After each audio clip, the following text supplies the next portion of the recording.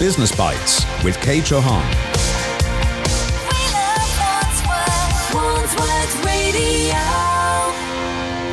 Early this month, David Cameron announced plans to introduce a gender pay gap audit for big businesses in 2016.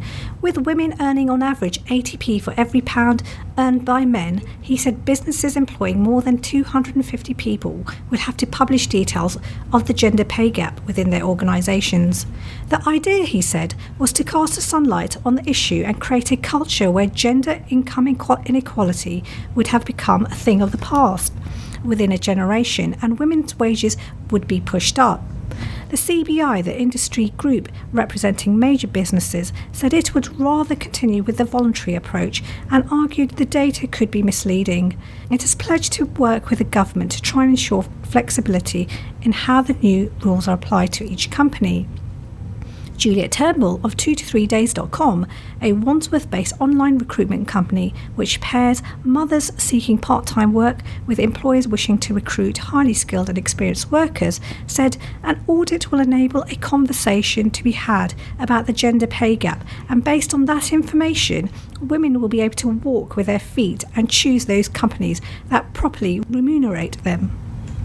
Where this policy will be valuable is that it will keep the issue at the front of the minds of policymakers, businesses and women in the workplace, and that's definitely got to be a good thing. And each time the results are published, the public conversation will be about which companies are good for women to work for, which are slow to catch up onto equal opportunities and equal pay. And I am sure that women will vote with their feet and the talent will move towards the companies who will support them. Companies that to date haven't been so accommodating for women at senior levels and find themselves with a large discrepancy between the average male and female salary in their businesses will find themselves under pressure to do more to keep women moving up the pay bracket. However, Beverly Branwell, a career success coach, did not believe an audit would make a difference to the gender pay divide. No, it won't mean that we have equal pay. It just means we'll know that some people get paid more than others. It's not a device to implement equal pay. It's a device to reveal that some companies pay, in some cases men, more than they pay women, and the packages that some people negotiate are better than others. But this, do not feel it is about we're all going to have equal pay. That will not be the outcome. It's just a way of saying, oh look, this is what happened. Because if they were really interested in that, we wouldn't be having this conversation. We'd be having other conversations, looking at how can we improve certain sectors with pay, but therefore it feels okay that people should be getting paid a certain wage. So I don't think that because we now know what we will know in some instances what people get paid, that will make a lot of difference. And also, as you mentioned the CBI, there will be lots of resistance to the idea of full declaration. In the case of small businesses, I mean, I know it's not being applied to small businesses, but I suppose it's the mode of travel that policymakers, legislators want it to go. Small businesses want less regulation, less red tape. But do you think this would impact their ability to grow should it be applied to them? I don't see why it should, because if they're saying that somehow they'd like to be able to get away with paying people £1 an hour and they're going to have to pay people £9 something an hour, and therefore bad government is doing that, then I think so be it. They should be made to pay the right amount of money for people. And if they feel that's going to impact on their growth, again, as I said, what sort of business owner are you if you think it's okay to pay somebody less than minimum wage for doing the job? If you can't afford to pay the minimum wage, then perhaps you should rethink your business model.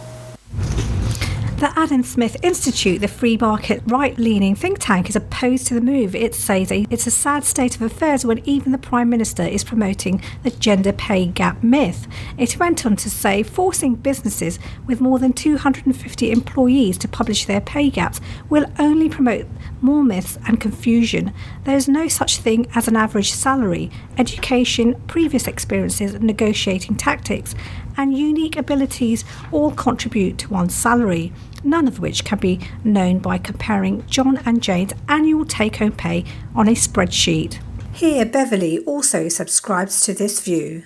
Depends on the size of the company, because executive positions, although the basic may be the same, I may negotiate a better salary than you. That it was open to negotiation. And so therefore I'm getting paid what I feel I'm worth. The fact that you didn't negotiate a higher salary is up to you. So I think there'll be some issues around that type of revelation, to discover that you and Tommy sit next to each other and act like you earn, and you're doing the same job, but I negotiated a better package, and so therefore I earn more than you. So I think there's probably some issues around what might be revealed as in basic pay and what might be kept back. And so when the CBI says that this will be quite costly to implement and there should be a certain degree of flexibility as points you've just outlined, do you think that they have a point? No, because I think they would say that anyway, because I think they're more worried about it's not just around issues of the fact that I negotiated to make a package. It might be around the fact that we've got people doing basic wage jobs and yet they're getting paid different amounts of money. And there may well be companies who routinely pay men one wage and pay women another one. And not for another reason, just because they just have, they've got away with it and they've just queried it. So whenever people poke into those type of things, we always make the discoveries that somebody was earning £3 less than their male counterpart, and it's been going on for years. So I would expect the CBI to robustly refute any of these things because they're on the part of the small business owner. I would expect nothing less from them.